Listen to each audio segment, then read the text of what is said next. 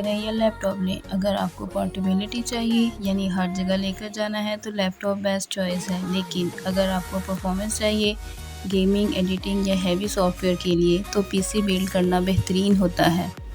PC upgrade भी आसानी से होता है और इसकी कूलिंग सिस्टम भी ज़्यादा अच्छा होता है, लेकिन लैपटॉप बैटरी बैकअप देता है और लेस स्पेस लेता है। आपका यूज़ केस ही डिसाइड करेगा पावर चाहिए या पोर्टेबिलिटी।